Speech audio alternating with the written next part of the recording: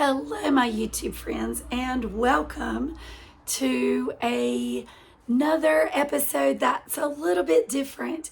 So, I just wanted to talk to you today about some things that are going on with me and update you and let you know about some upcoming videos that I plan to make. So, I wrote this all out. Because I had quite a few things that I wanted to say, and I wanted to make sure that I actually was able to put it all into words. So some of it I'm going to be reading, and I hope that doesn't bother you or upset you that I'm reading it, that maybe I'm not as authentic. So I heard a quote today that said, if you do what is easy, your life will be hard. But if you do what is hard, your life will be easy. And that truly resonated with me because of the things that I've been going through the last little bit, because I feel like I have been doing hard things. Like I've been gluten-free. I've been exercising even when it hurt. I've been getting up at 5 a.m. every day because it's supposed to help with your cortisol level. I've been doing all of the stress reliever things that my therapist has said, that my doctor has said, to try to help relieve my symptoms and lower my cortisol level because my stress is so high.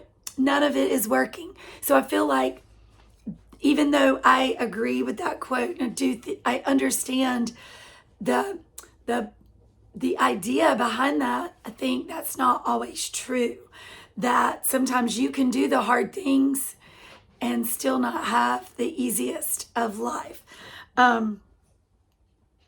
So for the past 4 months or so, I have been going through some stuff.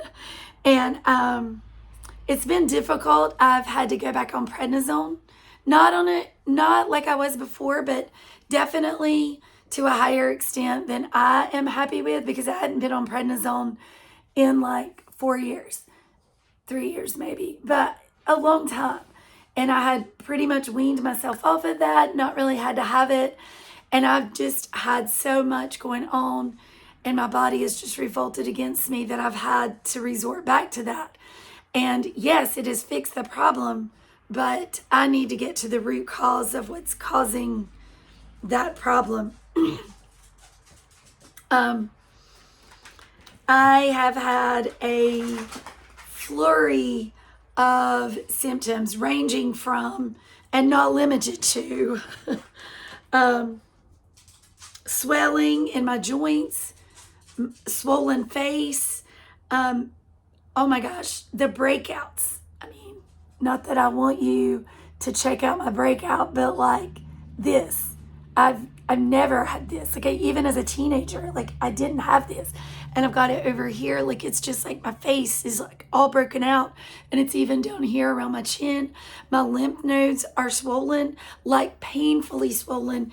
And under my arm, I mean, they're just painful. I have the flu or something, all the time, swollen. Weight gain, crazily, even though I'm eating right. I'm not eating gluten. I'm exercising. It's not helping. And just all the things. It's difficult to talk about. Pain. And the thing is, it's not an all the time thing, but it ranges from some days it may just be one of those symptoms or two of those symptoms, and it's at a lower level of pain. But then some days all of the symptoms hit me all at once, and the pain and the intensity of the pain is so high that I just feel like I can't handle it. I can't walk, I can't move, I can't even stretch or do yoga without intense pain. And it's just sometimes too much.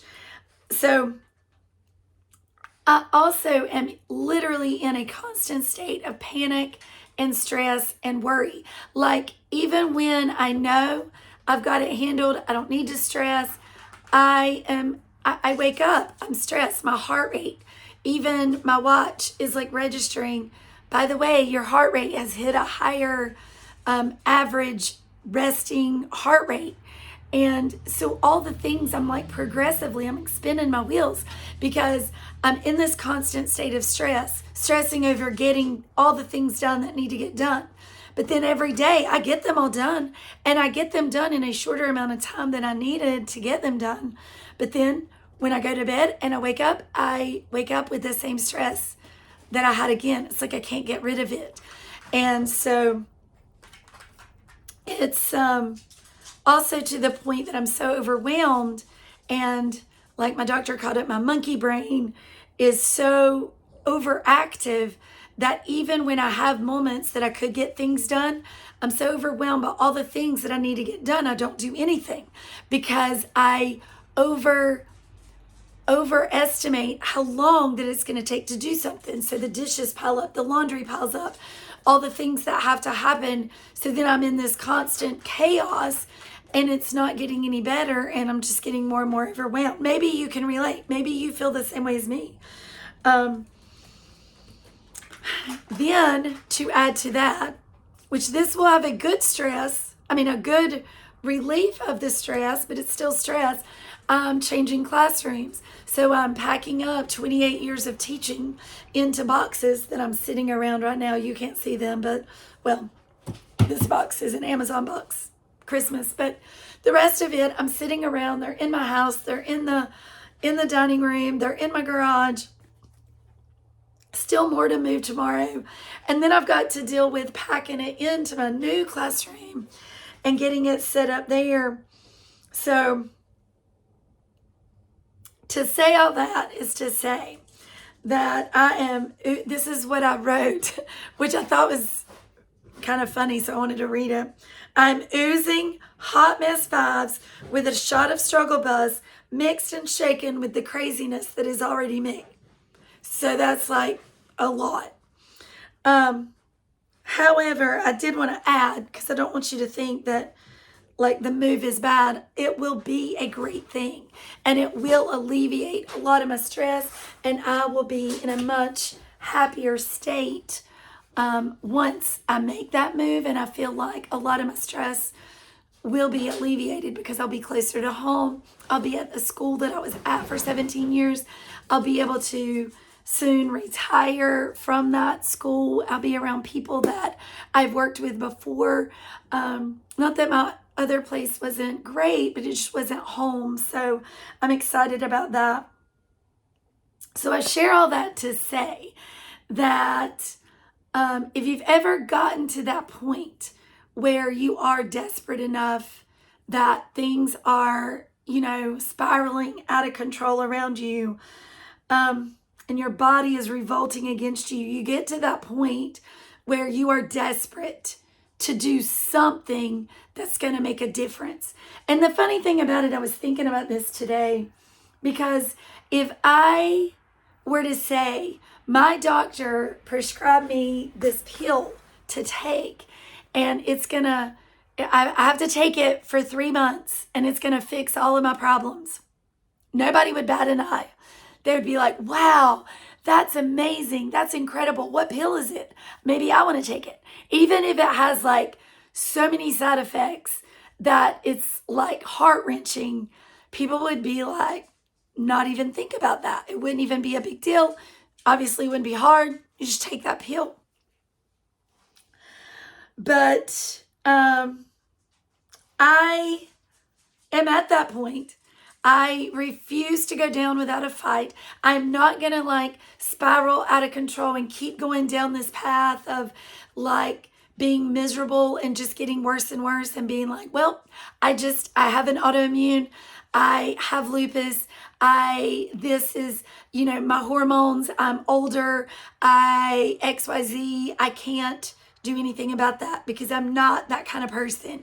And if you've known me for any amount of minutes, you already know that. So that brings me to what my doctor actually prescribed me, which is not a pill.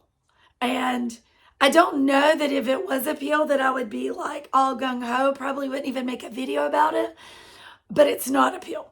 It would be easier if it was, but it's not. And a lot of times things that really make a lasting effort, a lasting change in your life are not going to be a quick fix. But here's what he prescribed me. So the day after Christmas, so he gave me from yesterday to Christmas Day to indulge, but not to go overboard, because then I would be like worse off than I am right now starting. I am going to do the whole 30, but not just for the 30 days, because he said that I need more of a reset to like literally change the trajectory of where my autoimmune is just out of control right now, and to get rid of a lot of this cortisol that's built up. So I'm doing it for 3 months, so 90-ish days. And I'm still trying to wrap my brain around it. I found out about this yesterday. I had to process it. I couldn't even make a video. I couldn't even think about it. I don't really know much about Whole30, except for just what he's told me and what he's read. I've done AIP paleo. I've changed my diet a lot of different times. I did a figure show, so it was very restrictive with that. I feel like this is probably going to be the most restrictive that I've ever been on, but it's an elimination diet. It's not meant to be forever. If it is going to fix my problems and I'm going to feel better and I'm going to stop going down this road and I'm going to be on a path of recovery instead of a path of destruction of my body, I'm willing to do that. Is it going to be hard? Absolutely. Is it going to be harder than the pain that I deal with every day? I don't think so. Like I can easily deal with that for 90 days if it fixes what that I go through every single day that I have to overcome to be positive and excited and do the things that I want to do. Because, I've shared this before, I'm going to live to be 100. So I can't keep going down that road. I would be a miserable centurion. So we've got to fix this now before I retire. So for you, those of you that are not familiar with the Whole30, I'm going to share this with you. So it's an elimination diet. So I'm going to talk first about what I do get to eat, because that's how I like to look at things. Let's be positive. So what I do get to eat is meat, vegetables, fruit, tree nuts, seeds, and healthy fats. Sounds amazing. However, it also means avoiding sugar and anything that has sugar in it. Maple syrup, agave, no artificial sweeteners, all of that eliminated. Grains, no grains of any kind. So no gluten-free. Like I can't go the other way and make things that are gluten-free. So no bread that replaces, no pancakes that's made gluten-free, or even if they're Whole30 compliant ingredients, you still are getting out of that cycle of eating those things. So you can't even do that. No processed foods, no legumes, which also means no peanuts, which also means no peanut butter. I love peanut butter. That's going to be a struggle. No dairy. So that means no creamer of the kind that I like, half and half and that kind of thing in my coffee. So I've got to figure that one out. I got to find something. So if you are on Whole30, you've done Whole30, give me all the tips, because I can't drink my coffee black and I need my coffee. It's not even that I need the caffeine. So it's not about I know my friend was like, oh, well, just drink tea or drink this. It's not the caffeine. I could drink decaf. I love coffee. So yeah. And I don't put a lot of creamer in my coffee, but I just need that little hit of creamer. So we're going to have to figure that out. No alcohol. And even with the vegetables and the fruits that I can have, my doctor has even limited those of no high carb vegetables and no high sugar content, no bananas, grapes, those kind of things in the fruit department. So even limiting what is allowed in that diet. It is going to be hard. it is not going to be easy, but I'm for it. I'm ready for it. I want to make this change so that I can be healthier, and I plan to document my journey. So if you have tips for me, if you've been on Whole30, you've done Whole30, you're doing Whole30 now, maybe you want to do Whole30 with me, even for just 30 days of it, please hit me up, comment, let me know. If you have tips, tricks, recipes, share them. Give me all the things, because like I said, I'm not that familiar with it, so I'm kind of starting from square one.